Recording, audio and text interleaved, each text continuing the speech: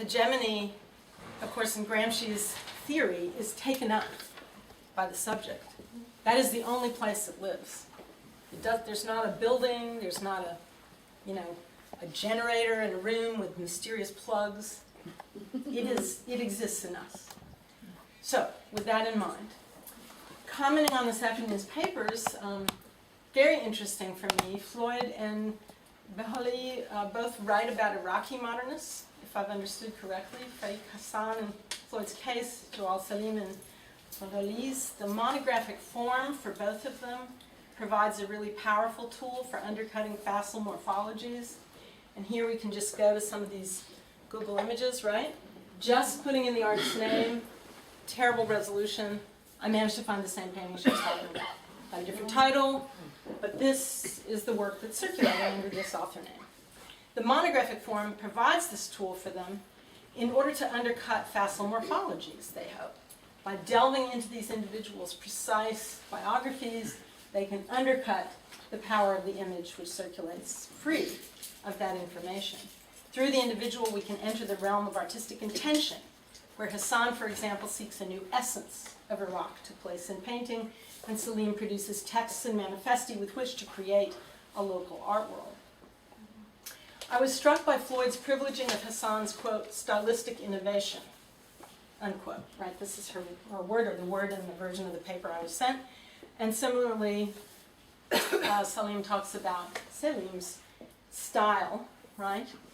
Style is a very vexed and, of course, central category in art history. The very terms of this phrase should give us pause, since they suggest the adoption of an existing style in order to innovate within it or propel from it toward another trajectory.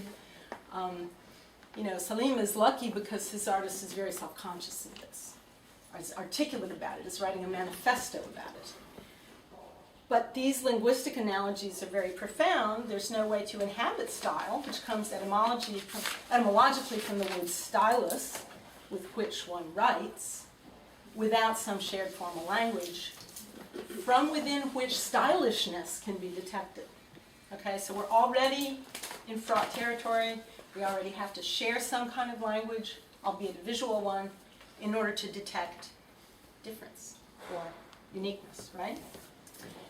I think rather than attempting a salvage operation based on Hassan's innovativeness, Floyd would be best to question the very terms by which modernism has privileged innovation itself, looking to emphasize instead her argument that by embedding the mark of the cuneiform, if we accept that PowerPoint art history, which we may question, but if we accept that by embedding the mark of the cuneiform in his syncretic representations, which to my eye meld Cubism and German Expressionism, as did many in the interwar and post-war periods, he enters an international conversation in order to speak a new subject for Iraq, right?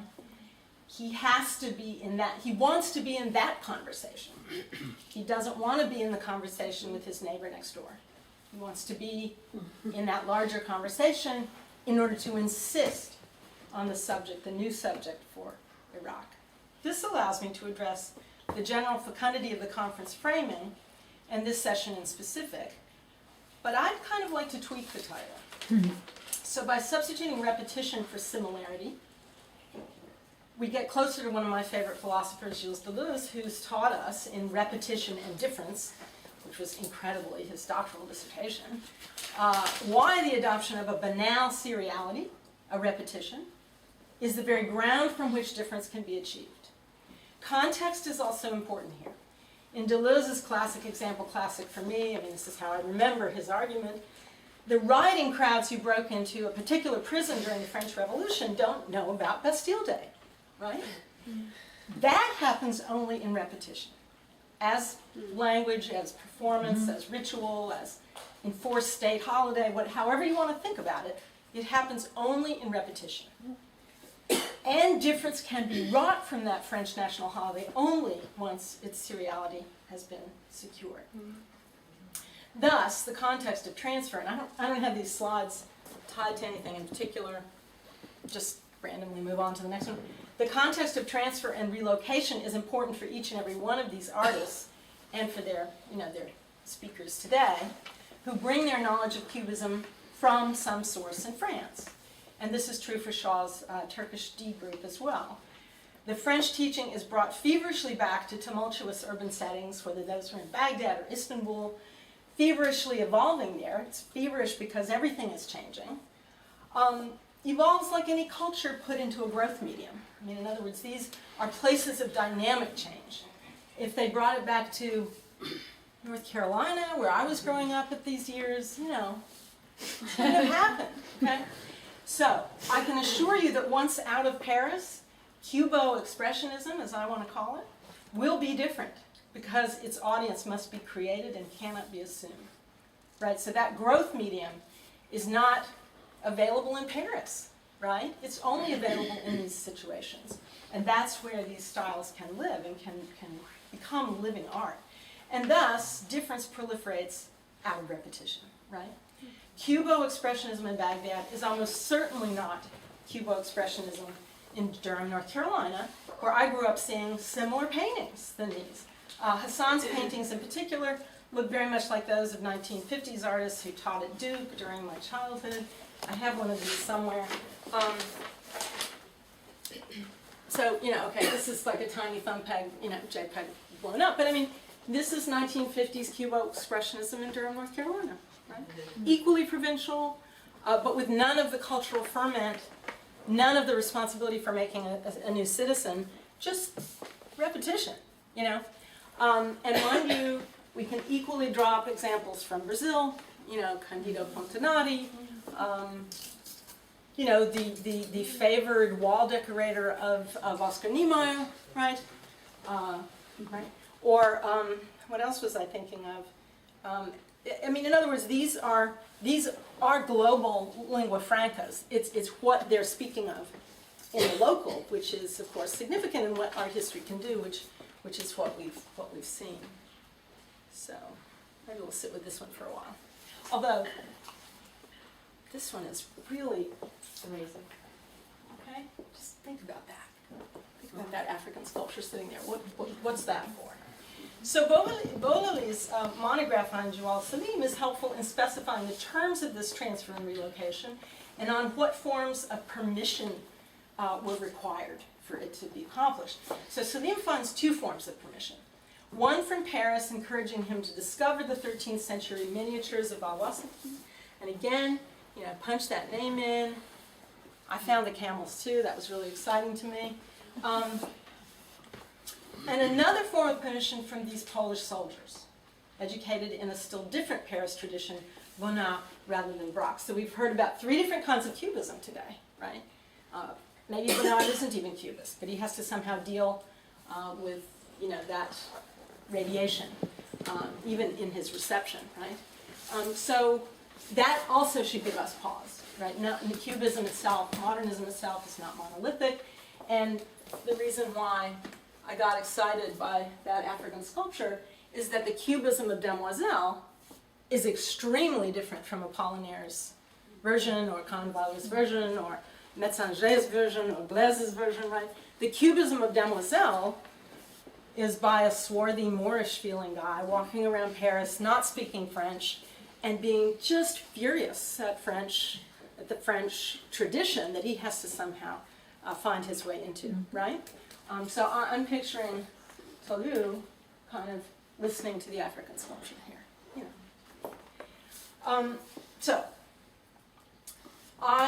let's see where I am. The Polish soldiers. These fellow foreigners to the School of Paris give Saleem permission to question doctrinaire Cubism, and they do so together in a fictively French cafe named Brasilia in the belly of Baghdad. Right? So the will to globality here, the yearning for cosmopolitanism, which has to be built on the ground. Right? Cosmopolitanism doesn't live in that airplane that Saleem showed us. It lives once those people get off the steps and start having dinner parties. Right? I love the motleiness of all this. It's necessary miscegenating zeal. And I would caution both Floyd and Baholy against too eagerly differentiating their fabulous syncretizers, right, and forcing them to work in search of local essences. I think you have to celebrate their reach, their encompassing grasp.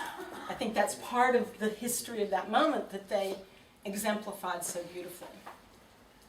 What links Shaw's narratives of 1930s Istanbul to Floyd's and Baholy's tales of 50s Baghdad are these decades of mixing and syncretism, miscegenation, and mangled essentialisms, willfully mangled essentialisms, by distinguishing kinds of Cubisms, which her paper did so beautifully, which by the 30s included the Bergsonian Puto group, as well as the first-order Platonism of Kahnweiler and Apollinaire. She underscores the importance we see in all these narratives of breaking the grand récit, right? Whether it's the Puto group breaking the grand récit of Apollinaire and Kahnweiler, or the D group. For the D group, who would picture themselves in self-portraits with an African sculpture in the background, it was crucial to see the Africanisms, the Moorishness of Picasso, right? That's why he was the name to conjure with in some sense. Picasso, who was himself, after all, just another foreigner who had come to Paris to break with the academic traditions that he was forced to imbibe in his colonial situation over there in Spain. Baholy captures this as well, the sign of the author named Picasso as the one who'd done it, the swarthy guy who fantasized his own otherness into art and mangled the language of French, but took over the whole game, right? This is Muhammad Ali of the art world of that time. Shaw's narrative presents a rich institutional account, and here, just another random image I found. I have no idea the date of this, or the kind of made-up frame. I think this must be, an eBay poster or something that somebody's trying to sell you of this painting. Which again brings up a very rich topic of reception that we touched on, but we haven't really dug into. Who's buying the poster and the made-up computer frame? So Shaw's narrative permits this very richest institutional account of critics and intellectuals working out the terms of a social art, rescuing this very important original aspect of avant-garde theory. Her paper makes a vital point that we can then read back into the other papers that we heard. What is missing in Turkey and Iraq, or what is fragile, right, is this secular cosmopolitan, right? Until these secular revolutions happen, and I'm a little vague on when, Saddam Hussein creates the secular Stalinist state, but that should come into the conversation. These are movements that are very important for our understandings, and someone like me is just going to be stupid about them until they're brought into the art history and reminding me of what the temporality is there.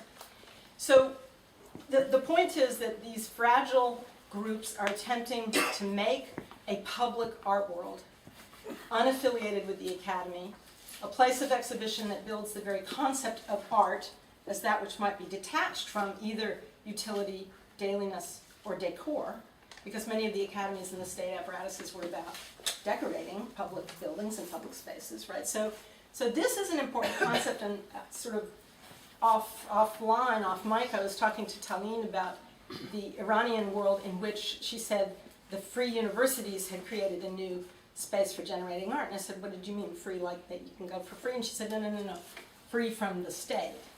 In other words, private universities where you pay to go, but you can paint what you want. And that was an interesting moment, I guess, that happened in the 90s. Anyway, this power of public exhibition, which Baholy too speaks of, is, in the case of these important miniatures by Al-Wasadi, they come into the present when they are shown and when they are published, right? In 1938, accompanied by their gorgeously illustrated glossy magazines. When Baghdad would pioneer the first pan-Arab biennial in the mid-50s, it would enter the world under the name of Al-Wasati, who now, is substituted for Picasso. So these are very important moves of publicness, moves of Öffentlichkeit to keep in mind. The history and influence of exhibitionary forms dissociated from the Academy are only beginning to be examined. And I want to conclude by recalling another crucial exhibition, the 1910 exhibition in Munich. This is, again, a Google, substitute for any real art history that I don't have the capacity to do here, but the 1910 exhibition in Munich, which attempted to de-orientalize the view of the Middle East for modernity, right? to bring the Middle East into modernity as a source of abstraction. I mean, there's more of a history than just looking at the 50s paintings and saying breaking with realism is rediscovering abstract. I mean, these things have histories. How does modernism reclaim the others' modes of abstraction, right? These things have real histories. These things have vectors that we need to remember and record and examine and so on. So, the Meisterwerk, Mohammedanische Kunst, bequeaths to us the category of Islamic art. One which, of course, brings us together here, but which we should inhabit uneasily. We should have sand in that skin. To go back to, I guess, Arindam's metaphor, right? We should be scratching that skin. We know the impact these 3,600 objects had on Henri Matisse, whose art was profoundly altered by the experience, and I'm morally certain that the buzz would have reached Picasso, whose demoiselles were already built on a fantasy of Moorish manhood, by which he wasn't sure he was the prostitute in the harem or the guy who was the patron. I mean, he really slid both ways. And I was struck by the little image of the post-demoiselle head that was illustrating Saleem's brother's 1970s book, because it is precisely in those sketches where we see Picasso moving from his self-portrait into the demoiselle, from the demoiselle into his self-portrait. He is the black whore. I mean, he is the African in those paintings. From his own fantasy position, but he is, in Paris, the African. What Hassan, Saleem, and Shaw's great intellectual Ismail Haqqi recognized in Cubism and modern art then was permission to see their own traditions as open and generative for the modern projects in which all of them were engaged. The American pragmatist John Dewey would see modern art in similar ways, but without this mirroring condition. In other words, Dewey's art and experience from those 1935 lectures would seem to have great resonance with that 1931 book that I learned about from Wendy Shaw, Haqi's 1931 Democracy in Art. Perhaps he even knew it. I mean, these are the untold intellectual histories of our age. But US culture had great difficulty connecting with the geometries undergirding the European modernism that the D group and their Baghdad companions found compellingly familiar. So that's the end of my comments, and I hope we can open up from here.